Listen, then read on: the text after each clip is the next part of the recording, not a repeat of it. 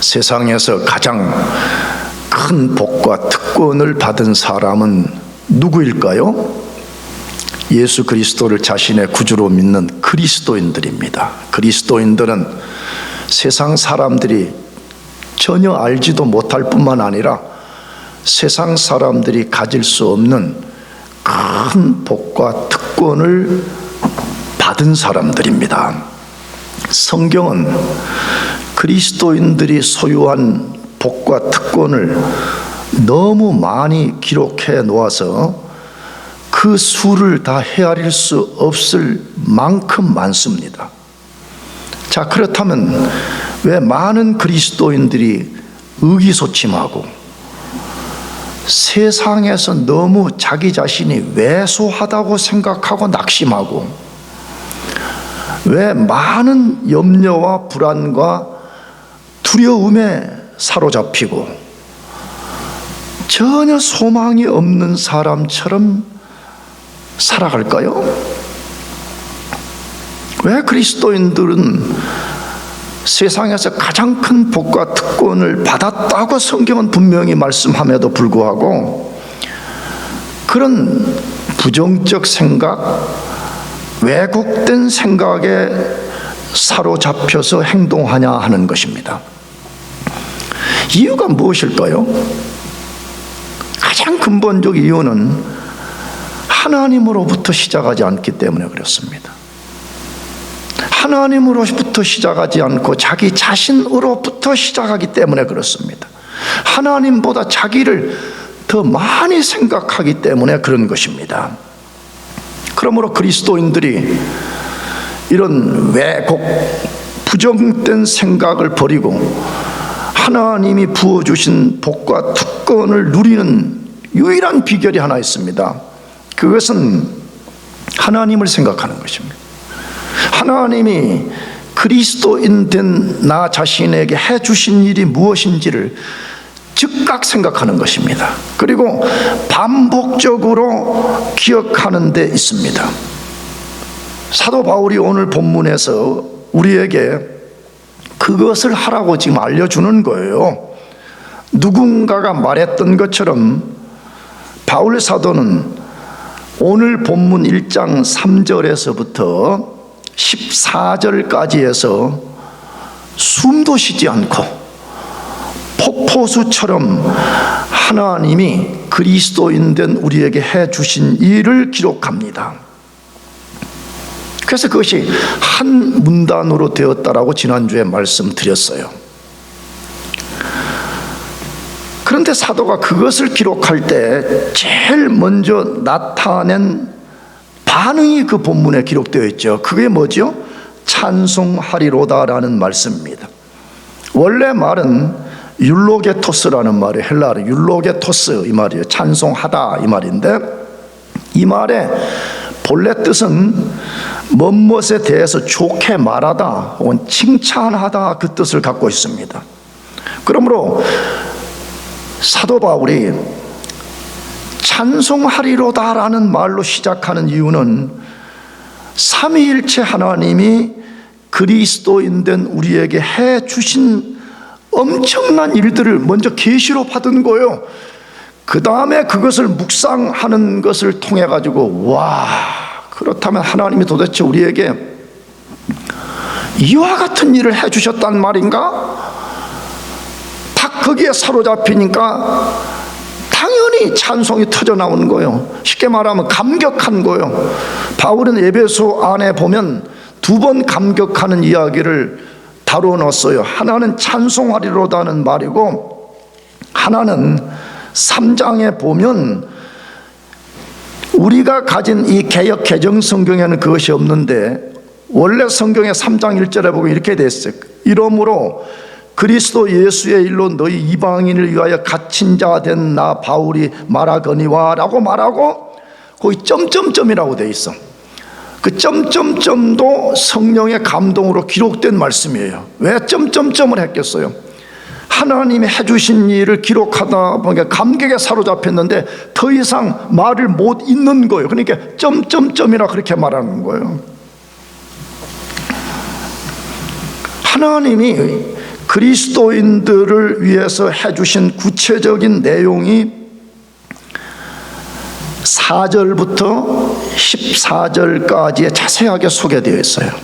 근데 그 내용을 보면 하나님이 우리 구원을 위해서 성부 하나님은 예정을 해주시고, 성자 예수님은 예정을 따라 구속해 주시고, 성령 하나님은 그 구속한 그리스도의 백성들에게 성령의 인을 쳐주셨다라고 되어 있습니다.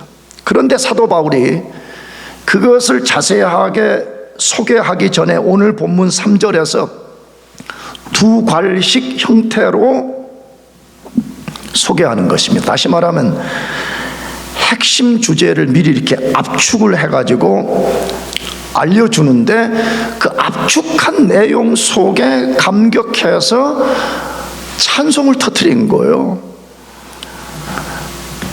그러므로 그리스도인들의 제일 된 표지가 뭐냐라고 말하면 여러 가지가 있습니다. 그리스도인들의 진짜 그리스도인 된 표지가 뭐냐 하는 거예요. 그 중에 하나가 찬송인 것입니다. 나는 그렇게 생각해요. 찬송하지 않는 그리스도인이 아니에요. 찬송이 싫은 사람은요, 그리스도인이 아닌 거예요. 찬송하기 싫은 사람은 이따가 말해요, 천국을 가면 안 돼요. 찬송이 싫어가지고 말이에요, 손님이 그 찬송하는 시간에 안 나타나요. 하기 싫어가지고. 찬송은 예배라고 안 여기는 거예요. 그냥 예배는 가서 그냥 내가 가서 목사의 설교 하나 들어주고 그냥 가버리면 된다, 이게 예배라고 생각하는 거예요. 굉장히 왜곡된 태도, 위험한 태도를 갖고 있는 거죠. 찬송은 정확하게 무슨 뜻이에요? 우리 자신을 만족시키는 행위가 절대로 아닙니다. 물론 우리가 찬송함을 통해 가지고 때로 우리 감정이 부드러워지고 낙심된 심령이 회복을 얻고 하는 것 사실이에요. 그러나 성경이 말하는 찬송의 핵심은 우리 자신을 만족시키는 행위가 아니에요. 하나님이 우리를 위해서 해 주신 그 일 때문에 그 일을 행해 주신 하나님을 예배하는 행위입니다. 하나님을 높이는 행위인 것입니다. 그러므로 찬양은 가장 중요한 예배의 행위 중에 하나예요. 그래서 수많은 성경에서 하나님을 찬양하라 라고 말씀하고 있습니다. 먼저는 앞으로 우리가 만나겠지만 성부와 성자와 성령이 행해 주신 일 끝부분마다 바울이 뭐라고 코멘트를 해놨죠? 이는 하나님을 찬미케 하려 함이라. 이는 예수 그리스도를 찬미케 하려 함이라. 이는 성령을 찬미케 하려 함이라. 그렇게 말하고 있습니다. 그러므로 찬양이 우리 그리스도인의 삶에서 얼마나 중요한 거냐 이 말이에요. 예배에서 찬양이 얼마만큼 중요한 것인가 하는 것을 알려줍니다. 여러분, 시편은 150편으로 구성되어 있는데 시라고도 말합니다. 맞습니다. 그러나 노래예요. 정확하게는 150편 전부 다 노래 형태를 가지고, 찬양의 형태를 가지고 하나님의 하나님 되신 거, 하나님이 자기 백성들에게 해주신 일을 찬양하는 내용을 담은 거 아니에요? 하나님의 아들 예수 그리스도가 십자가에 못 박히기 전에 그는 찬미하며 감람산으로 가셨더라라고 되어 있습니다. 하나님의 아들이 하나님을 찬양했다. 그렇다면 우리 같은 피조물, 우리 같은 땅에 있는 인생들이 찬양이 싫어가지고 여러분 자신을 점검해 봐야 돼. 나 자신을 점검해 봐야 돼. 찬양하기를 싫어하는 그리스도인 심각하다고 생각해요. 나는.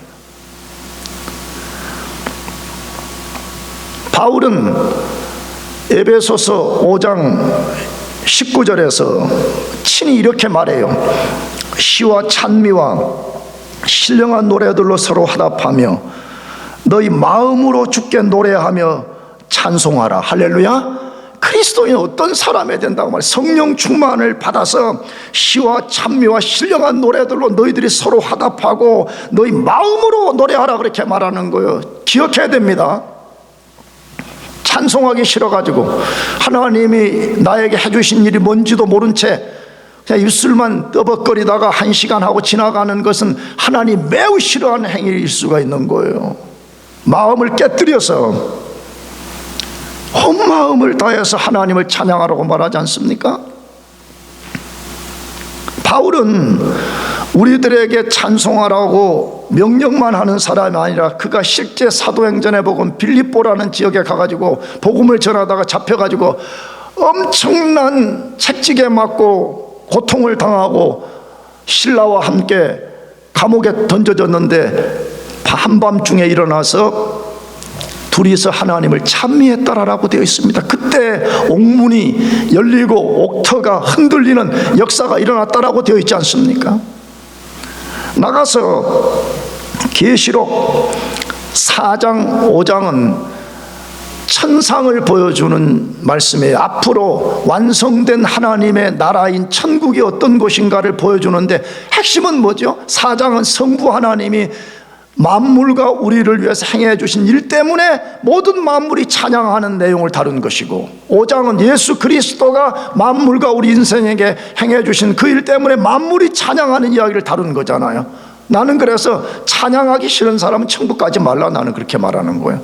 천국은 찬양하는 곳입니다. 천국은 찬양을 통해서 하나님의 하나님 되심과 하나님이 우리를 위해서 해주신 그 일을 영원히 찬양하는 곳이라고 말씀하고 있습니다. 다시 말씀드립니다. 찬양은 그냥 예배의 한 형식을 구성하는 것이 아니에요. 찬양은 우리 자신이 그리스도인 된 최고의 표지를 드러내는 예배의 형태라는 것이에요. 그래서 시편 107편 8절에서도 그 일을 하라고 말씀하는 거지요. 여호와의 인자하심과 인생에게 행하신 기적으로 말미암아 그를 찬송할지로다. 왜 찬송하라 그래요? 왜 그 하나님을 찬송하라고 말했죠? 그 앞에 하나님의 성품과 그의 행하신 일 때문에 하라 그렇게 말했죠. 여호와의 인자하심과 그의 성품을 말하죠. 인생에게 행하신 기적으로 말미암아라고 말합니다. 여러분이 진짜 하나님의 은혜와 평강으로 구원받은 것을 믿는다면, 하나님이 여러분에게 무한한 자비를 부어서 여러분이 그리스도인 된 것을 믿는다면 하나님을 찬양하시길 축복합니다. 아멘. 매 순간 하나님을 찬양하고, 꼭 그게 뭐 권재성처럼 노래를 잘 못 불러도 됩니다. 무슨 말 알겠죠? 내가 언젠가도 히브리인들의 찬양이라는 건 단조로 불러가지고요, 뭐 꺾고 그런 것도 지금처럼 없었습니다. 찬양은 꼭 곡조를 붙여서 뭘 유창하게 잘 부르는 것만 말하지 않습니다. 하나님의 하나님 되심과 하나님의 위대하심을 우리가 말로, 노래로, 생각으로, 모든 것으로 표현하는 것을 찬양이라고 그렇게 말하는 것이에요.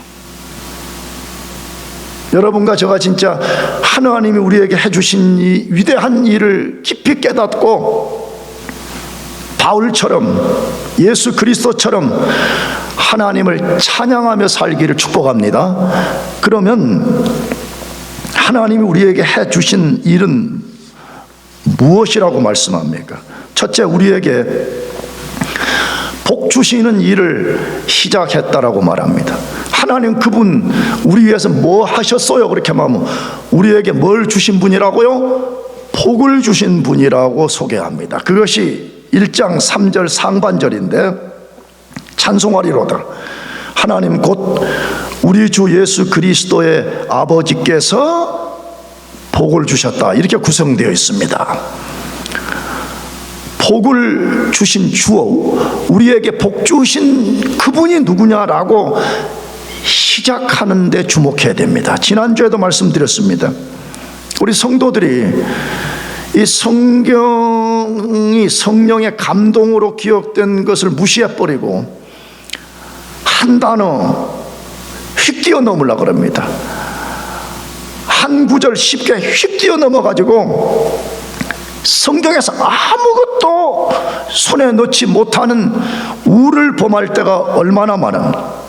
정말 우리는 물론 필요할 때는 성경 아웃라인을 공부하는 것도 필요하지만, 우리가 더 집중해야 되는 것은 한 단어 한 단어를 정확하게 관찰하고, 한 패러그래프 한 패러그래프를 정확하게 관찰하면서 그 의미가 무엇인지를 깊이 깨닫고 묵상하고 그것을 우리 것으로 취하는 것이 얼마나 중요한지 모릅니다. 바울 사도는 우리가 찬송, 다시 말하면 우리의 예배와 영광과 존귀와 감사를 드려야 할 대상이 누구인가를 분명하게 밝힙니다. 그분은 우리에게 고귀한 복을 주신 하나님입니다. 그리스도인 된 우리에게 임한 모든 은혜와 평강과 복은 하나님 아버지로부터 시작된 것입니다. 그런데도 많은 사람들이 하나님에 대한 왜곡된 생각과 태도를 갖습니다. 그 내용이 뭐지요? 하나님은 엄혹한 주인 노릇을 하면서 우리가 어떤 것을 조금만 잘못해도 벌 주시는 분이라는 큰 오해와 공포감을 갖고 있습니다. 절대로 그렇지 않습니다. 에베소서는 어쩌면 바울이 우리의 그런 왜곡된 생각, 왜곡된 태도를 바꾸기 위해서 나는 썼다고 생각해. 특별히 1장과 2장의 핵심은 뭐냐 그러면 하나님이 도대체 그리스도 예수 안에서 우리 같은 무지랭이, 우리 같은 땅의 티끌, 우리 같이 추악한 인생, 우리 같이 무능한 인생들에게 그분이 어떠한 사랑을 쏟아 부어 주셨는지를 알려주기 위해서 썼다고 저는 생각하고 있습니다. 하나님은 우리의 영원한 경외의 대상이지 공포의 대상이 아닙니다. 여러분이 진짜 그리스도인이 맞다 그러면 하나님은 경외의 대상이지 공포의 대상이 아니라는 것을 깨달아야 됩니다. 경외한다는 말은 무엇이죠? 그분을 사랑하시기 때문에, 그분을 내가 사랑하기 때문에 존경심을 갖는 거예요. 내가 사랑하기 때문에 거룩한 두려움을 갖는 것이에요. 내가 그분을 사랑하기 때문에 그분 앞에서 내가 합당하게 살라고 몸부림을 치는 행위를 말하는 것이에요. 우리가 이것을 깨닫고 이 바른 원리를 갖고 살아야 되지 않습니까? 하나님 갖고 장난치는 인생들, 하나님을 경멸히 여기는 사람들, 하나님을 동네 친구처럼 대해도 되는 것처럼 그렇게 하나님을 비하시키는 인간들이 얼마나 많아요. 오늘 이 시대는 그런 시대 아닙니까? 그러한 때 우리가 하나님의 사랑을 깊이 깨닫고 하나님을 경외하는 마음을 가지고 그분을 예배하면서 살아야 되는 것입니다. 자, 그런데 사도 바울은 우리에게 복 주는 일을 시작한 하나님을 어떤 하나님이라고 본문에 소개했어요? 다시 읽어봅시다. 하나님 곧 우리 주 예수 그리스도의 아버지께서라고 되어 있습니다. 하나님 곧 우리 주 예수 그리스도의 아버지께서 복을 주셨다라고 시작하고 있습니다. 왜 그냥 하나님이 복을 주셨다 그래도 되는 거 아니에요? 근데 왜 하나님 곧, 다시 말해 그분이 누구인가를 다시 설명한 거죠. 뭐라고? 우리 주 예수 그리스도의 아버지라고 소개했냐 이 말이에요. 우리가 지난주에 읽었던 2절에 보면 하나님을 가리켜 하나님 우리 아버지라고 되어 있어요. 하나님은 2절에서는 우리 아버지라고 되어 있고 3절에서는 그 하나님은 예수 그리스도의 아버지라고 되어 있습니다. 쓸데없는 이야기 쓰려고 반복한 거 아니겠죠? 그럼 2절과 3절의 두 구절의 논리의 근거함이 이건 무슨 뜻이에요? 하나님은 예수 그리스도의 아버지시고 우리는 예수님 안에 있기 때문에 하나님은 우리 아버지시라는 거예요. 그걸 지금 바울이 강조하고 싶은 거예요. 1세기 때나 지금이나 예수를 믿는다고 말하지만 얼마나 불신앙에 가득 채져가지고 하나님이 자기 아버지라는 것을 믿지 못하고 자기 자신이 예수 안에 있다는 걸 믿지 못하고 자기 자신이 예수 그리스도를 통해서 하나님 안에 있지 못한다는 것을 있는다는 것을 깨닫지 못하고 사는 사람들이 얼마나 많으냐 이거예요. 그래서 바울이 지금 그걸 깨뜨리고 우리가 어떠한 존재요 어떤 상태 가운데 있는지를 알려주려는 것이죠. 그러므로 우리가 이 사실을 분명히 깨닫고 아는 것이 필요합니다. 그러면 무슨 논리적 결론에 봉착하는 거예요? 하나님은 내 아버지시다. 나는 하나님의 자녀라는 것이 불변하다고 하는 믿음, 확신이 생기는 거 아니에요? 그러니까 여러분들이 이걸 깨닫고 강철 같은 믿음을 가져야 돼. 할렐루야. 그냥 교회 다니면 안 되는 거예요. 그냥 신앙생활하면 안 되는 거예요. 강철 같은 믿음을 가져야 된다 이 말이에요. 강한 믿음. 그렇게 할 때 우리가 우리를 향해 갖는 모든 왜곡된 생각과 태도를 버리고 하나님이 주신 복과 특권을 누릴 수가 있습니다. 여러분, 나를 어떻게 평가하는지 모르는, 나는 세상의 어떤 그런 사람을 바꾸는 이론들은 절대 안 믿는 사람입니다. 저는 아니, 그 학문적으로는 그것들을 저는 다 인정합니다. 다 인정합니다. 그러나 죄로 왜곡된 인생, 죄로 죽어버린 인생, 하나님으로부터 엄청난 블레싱을 받았음에도 불구하고 아무것도 받은 것이 없이 거지 같은 태도로 살아가는 인생을 바꾸는 유일한 방식이 뭐냐고 말할 때, 그것은 하나님이 그리스도인된 나에게 무슨 일을 해 주셨는지를 내가 정확하게 이해하고 더 많이 이해하고 즉각 그것을 생각하고 반복적으로 그것을 생각할 때만이 치유와 변화와 온전케 됨과 복과 특권을 누리는 역사가 일어나게 되는 것입니다. 교회 여러분들 그렇게 되시길 축복합니다. 그러면 우리는, 내가 자주 쓰는 말이지만, 남극에 가서 살아도 되는 거예요. 북극에 가서 살아도 되는 거예요. 내가 우리 사랑하는 대학부 회장 주가은이한테 자주 말하거든. 가은아, 너 그러면 너는 남극에 가서 살아야 돼. 뭐 속으로 그러겠지. 목사님, 그럼 제가 펭귄하고 살아야 돼. 펭귄하고 살아도 돼. 할렐루야. 펭귄하고. 하나님 펭귄을 통해서 위대한 역사를 만들겠지. 그렇잖아.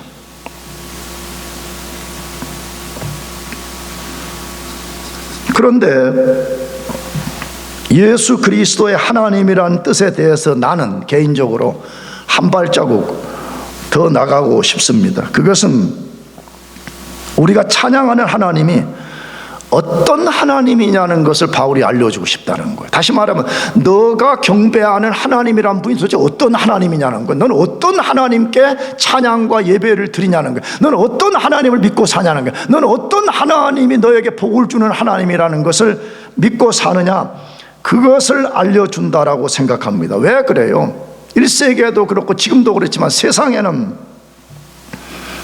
수많은 하나님이 있습니다.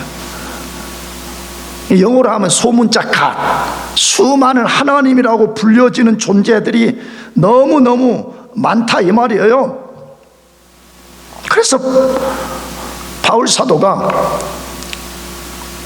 우리에게 복을 주신 하나님, 우리가 경배를 바쳐야 될 그 하나님은 그 수많은 신들 가운데 끼어있는 하나님이 아니라 예수 그리스도의 아버지시고 예수 그리스도를 통해 계시된 하나님이라, 이걸 알려주고 싶은 거예요. 얼마나 이게 중요한지 모릅니다.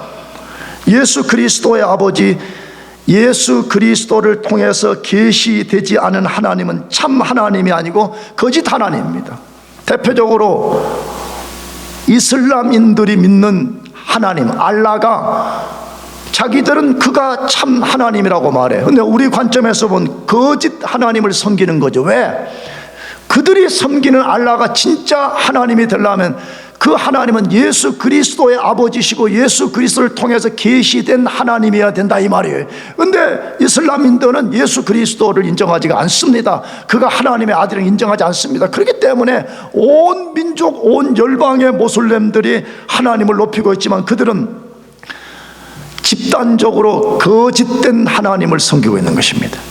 마찬가지로 오늘 우리가 기독교라는 종교 안에 들어와 있지만 우리도 여차하면 그럴 가능성이 굉장히 높은 것입니다.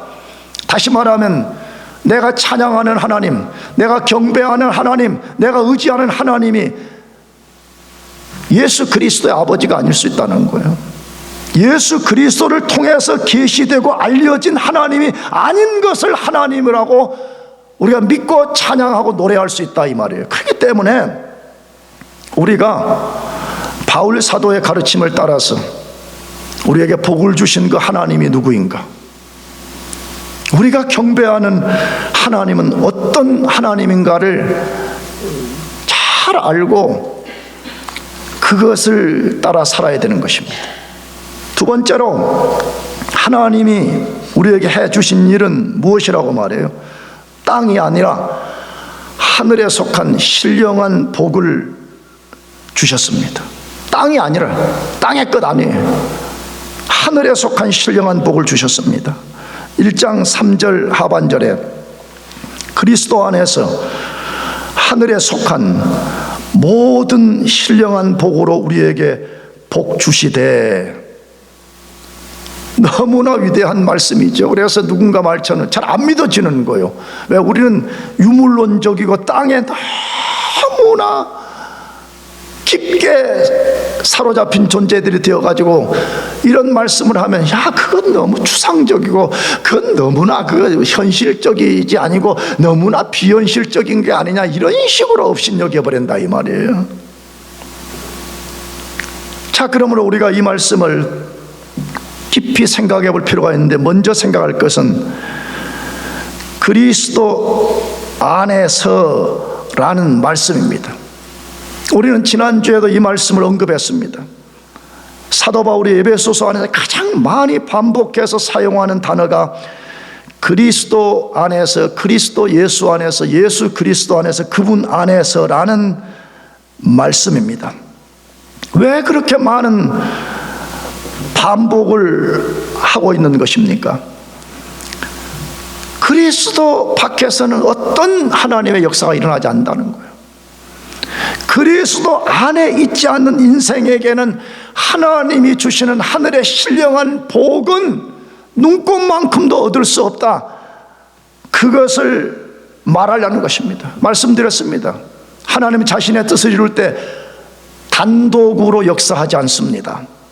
항상 자신의 아들 그리스도 예수를 통해서 어떤 일을 이루시고 진행하시고 성취하시고 완성하시고 우리에게 복을 주는 것도, 은혜와 평강을 주는 것도 그리스도 예수를 통해서만 하고 계십니다. 그러므로 우리가 그리스도 예수 안에 사는 것이 얼마나 중요한 것입니까? 여러분이 진짜 그걸 사모하고 살고 있고 그리스도 안에 사는 것을 위해서 현재 여러분들이 땅에서 뭔가 구하는 것보다 100배, 1000배 애를 쓰고 있습니까? 예수님이 친히 말씀하시지 않아서 요한복음 15장에서 포도나무 비유를 통해서 나는 포도나무에 너희는 가지다. 가지가 포도나무에 붙어 있지 아니하면 어떤 열매도 맺을 수 없다 그랬잖아요. 그러나 붙어 있다면 너희는 절로 열매를 맺을 것이라. 뭘 말해요? 우리가 예수 안에 있다면, 우리가 예수 그리스도 안에서 끊임없이 그의 통치를 받고 그 안에서 거하는 삶을 산다면 우리는 하나님의 복을 누리며 살 수밖에 없다는 거예요. 하나님이 이미도 우리에게 복을 주셨지만 또 다른 복을 하나님이 끊임없이 우리들에게 부어주실 것이라고 말씀하는 거 아니에요? 자, 그러면 하나님이 우리에게 주신 복이 어떤 복이라고 바울이 소개하고 있죠? 하늘에 속한 모든 신령한 복입니다. 어디에 속한 복이라고요? 하늘에 속한 부사, 모든 신령한 복이라고 말합니다. 이 말을 단순히 해석하면 하나님이 우리에게 주신 복은 땅에 속한 것이 아닙니다. 자꾸 그리스도인들이 이 말씀 같은 것을 깊이 인식하지 않으니까 교회 다니면서 실망하는 거예요. 야, 그래도 땅의 것이 필요한 거지 왜 자꾸 비현실적으로 보이는 하늘의 것에 집착하라고 말하냐. 그러나 성경은 분명히 말합니다. 그리스도인들이 받은 모든 복은 땅의 것이 아니라고 말합니다. 땅에서 구할 수 있는 복이 아니란 말인 것입니다. 언젠가 땅이 썩어질 때 함께 사라질 복도 아니라는 것입니다. 무슨 말이죠? 다른 세계에서 오는 복이라는 거예요. 다른 세계에 속한 복이라는 것이에요. 그래서 사도 바울이 에베소서에서 5번 반복한 단어 중에 하나가 뭐냐 그러면 하늘이라는 뜻이에요. 하늘.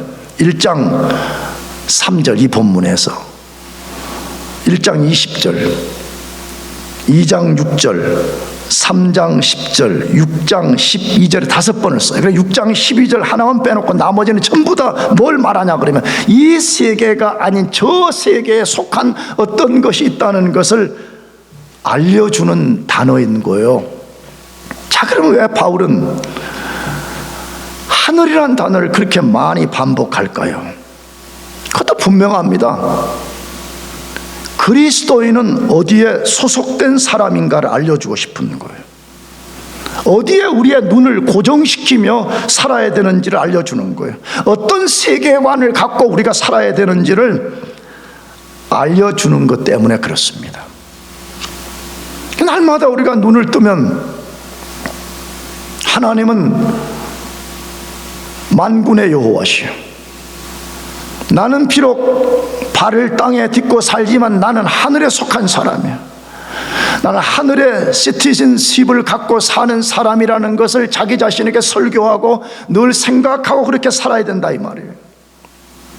근데 그 5개 하늘이라는 단어가 소개된 것 중에 에베소서 2장 5절 6절을 같이 읽어. 이거는 너무 중요한 말씀 중에 하나예요. 허물로 죽은 우리를 그리스도와 함께 살리셨고 너희는 은혜로 구원을 받은 것이라 또 함께 일으키사 그리스도 예수 안에서 함께 하늘에 앉히시니. 여러분, 뭘 우리들에게 말하고 있어요? 그리스도인은 현재 하늘에 앉혀져 있다고 말해. 그러면 그건 목사님이 시제를 잘못 읽은 거 아니에요? 앞으로 우리가 천국 가서 앉는다는 말 아니에요? 아니에요. 현재 시제로 되어 있는 거예요. 현재 우리 모든 그리스도인은 신비롭게도 그리스도와 함께, 그리스도가 하나님 보좌 우편에 앉아 계신 거기에 우리도 함께 앉아 있다고 바울이 말하는 것이에요. 우리의 이성으로 규명할 수가 없습니다. 그러나 이것이 영적 논리적으로 사실인 근거는 성경은 분명합니다. 우리가 예수를 믿고 그리스도 안에 우리가 있기 때문에, 이게 우리라면 우리가 예수 안에 있기 때문에, 예수님이 십자가에 죽고 부활하고 승천하셔서 하나님 보좌 우편에 앉았을 때 그와 연합된 우리의 영도 현재 예수 그리스도와 함께 하늘에 앉혀져 있다라고 말씀하는 것입니다. 신비하고 놀랍죠. 앞으로도 소개하겠지만, 그러므로 그리스도인들은 세상에서는 구할 수도 없는 거예요. 세상에서 이런 것은 세상에서 넣을 수도 없는 하늘의 복을 우리가 소유하고 있는 사람들인 거예요. 나가서 여러분, 자꾸 무슨 예수 믿는 진짜 구원받은 사람이 구원을 2년 전에는 받았다가 이번 2년 후에는 잃어버려, 그런 게 있을 수가 없는 거예요. 그리스도와 완전하게 본드 완전하게 접착이 돼가지고 우리의 영이 이미 그리스도가 앉아 계신 보좌에 앉아 계시는데 하나님이 좀 마음에 안 든다고, 야 용아 너 나가 임마, 용아 미안해, 그런 일이 있을 수가 있는 거예요? 그럼 하나님이 실패자가 되는 것인데, 그리스도의 대속이 실패로 돌아가는데 어떻게 그런 일이 일어날 수가 있는 것입니까? 우리 그리스도인들은 하늘의 복을 받은 사람들입니다.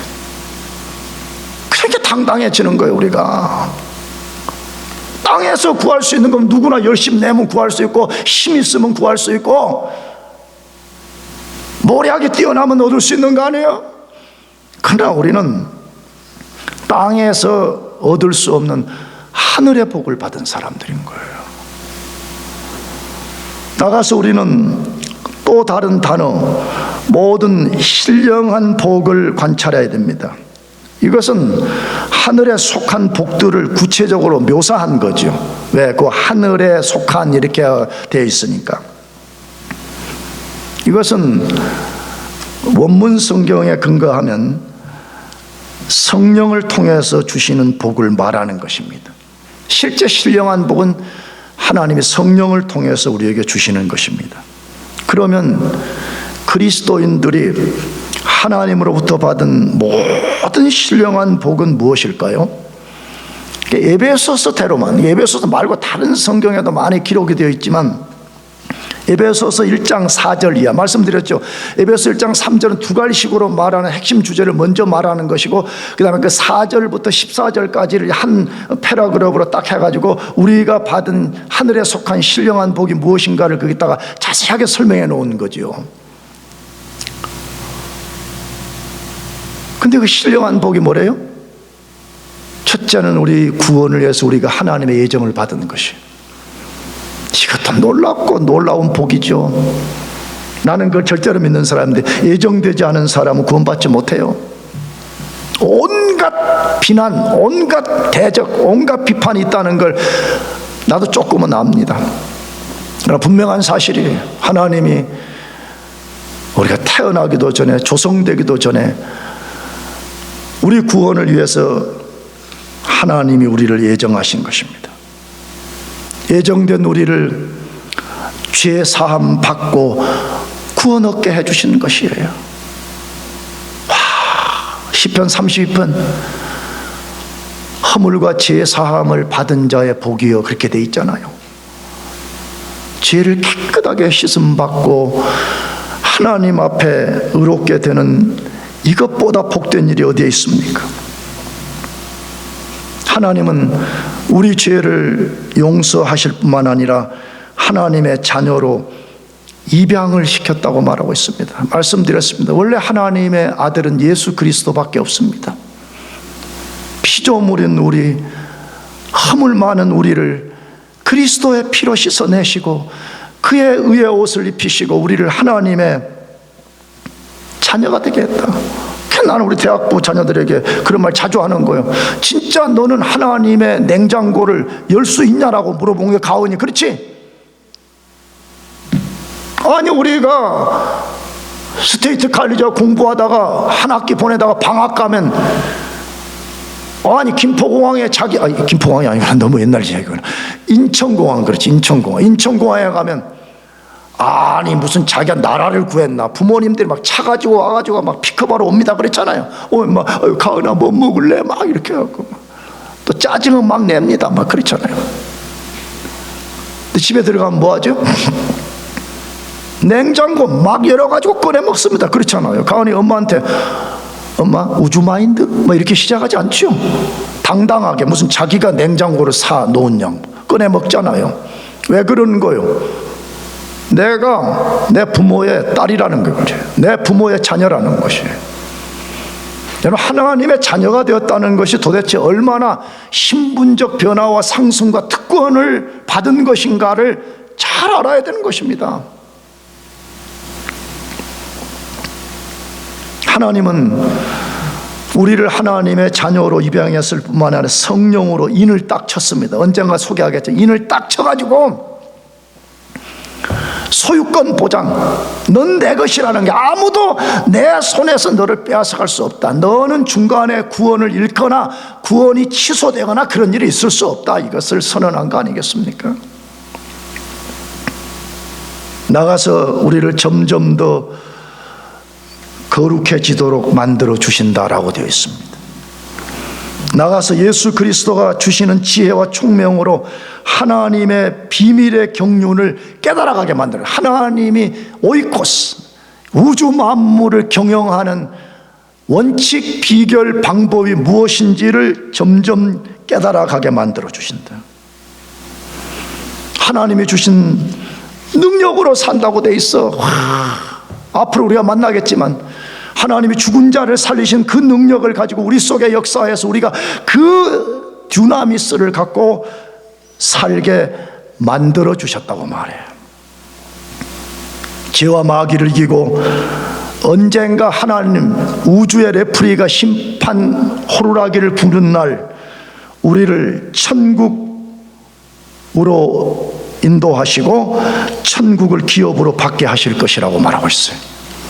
여러분, 이것이 그리스도인들이 받은 하늘의 신령한 복이라고 말씀하고 있습니다. 그것을 끊임없이 깊이 묵상하고 이것이 얼마나 고귀한 복인가를 알기를 축복합니다.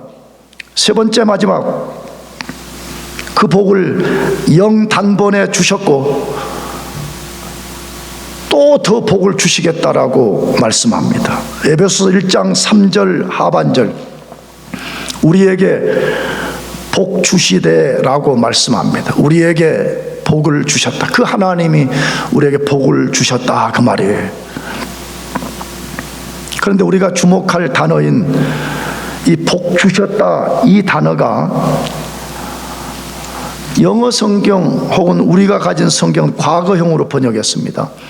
근데 헬라어 원래 말은 우리말과 영어에 없는 시제, 아오리스트라 그렇게 말해요. 그 헬라어 시제는 아오리스트. 우리말로 번역하면 부정과거형, 그 정도로 번역할 수 있는 것입니다.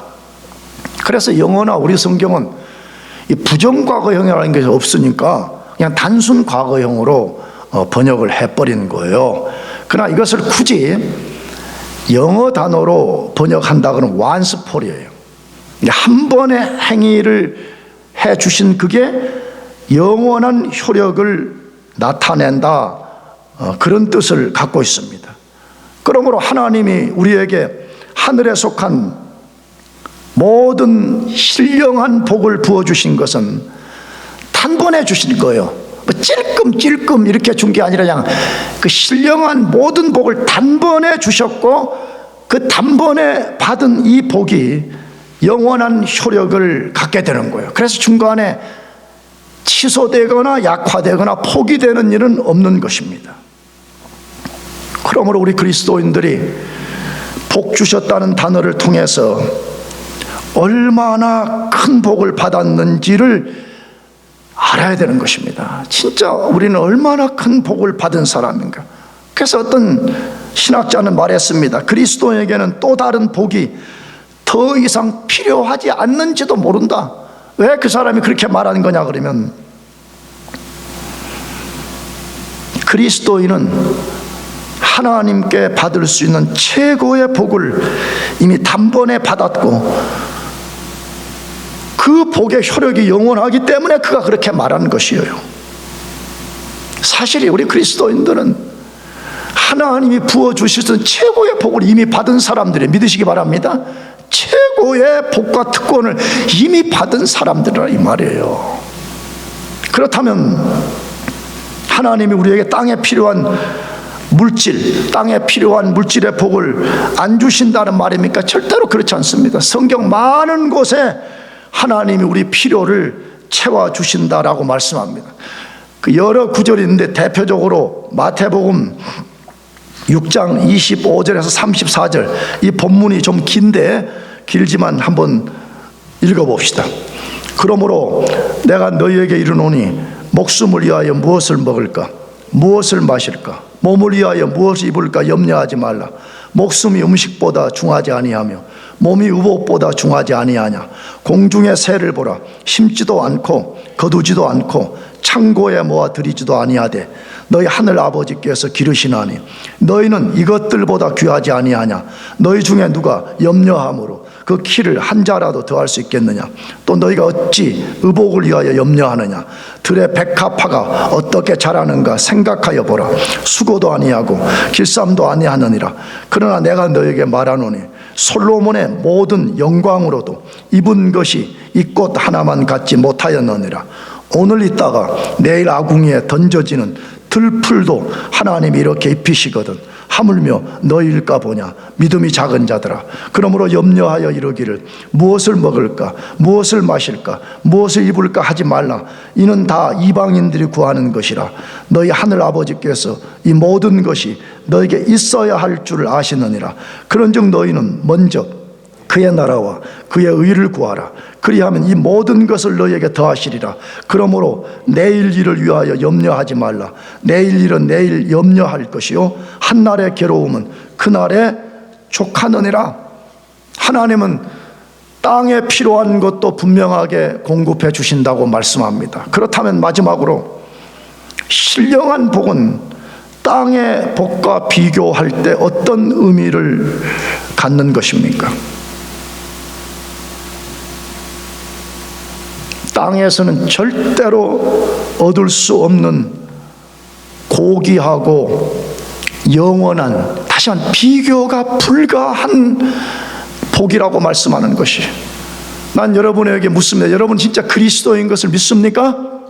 대답해 보세요. 여러분 진짜 예수님이 여러분의 구주요, 그분이 여러분의 왕이신 것을 믿습니까? 그렇다면 여러분은 하나님이 그리스도 안에서 단번에 하늘에 속한 신령한 복을 부어주신 것입니다. 그러므로 그것이 무엇인가를 분명하게 깨닫고, 좀 표현이 그런데 좀 그걸 누리며 삽시다. 더 이상 풀 죽은 인생, 온갖 염려와 두려움과 공포에 사로잡힌 삶.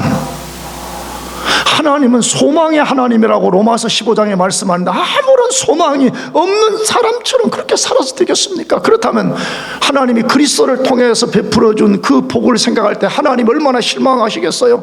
그 복을 받을 수 있도록 그리스도가 십자가에 우리 위해 죽어줬는데 십자가의 죽음이 얼마나 헛된 것이 되고 마는 것이에요. 하나님이 단번에 부어주신 복을 여러분도 단번에 다시 기억하기를 축복합니다. 반복적으로 기억하시기를 바라요. 그리고 그것을 주장하시기를 바라요. 그래서 그것을 주신 하나님을 끊임없이 찬양하고, 여러분들이 그 복을 누리며 사시기를 축복합니다. 기도하겠습니다.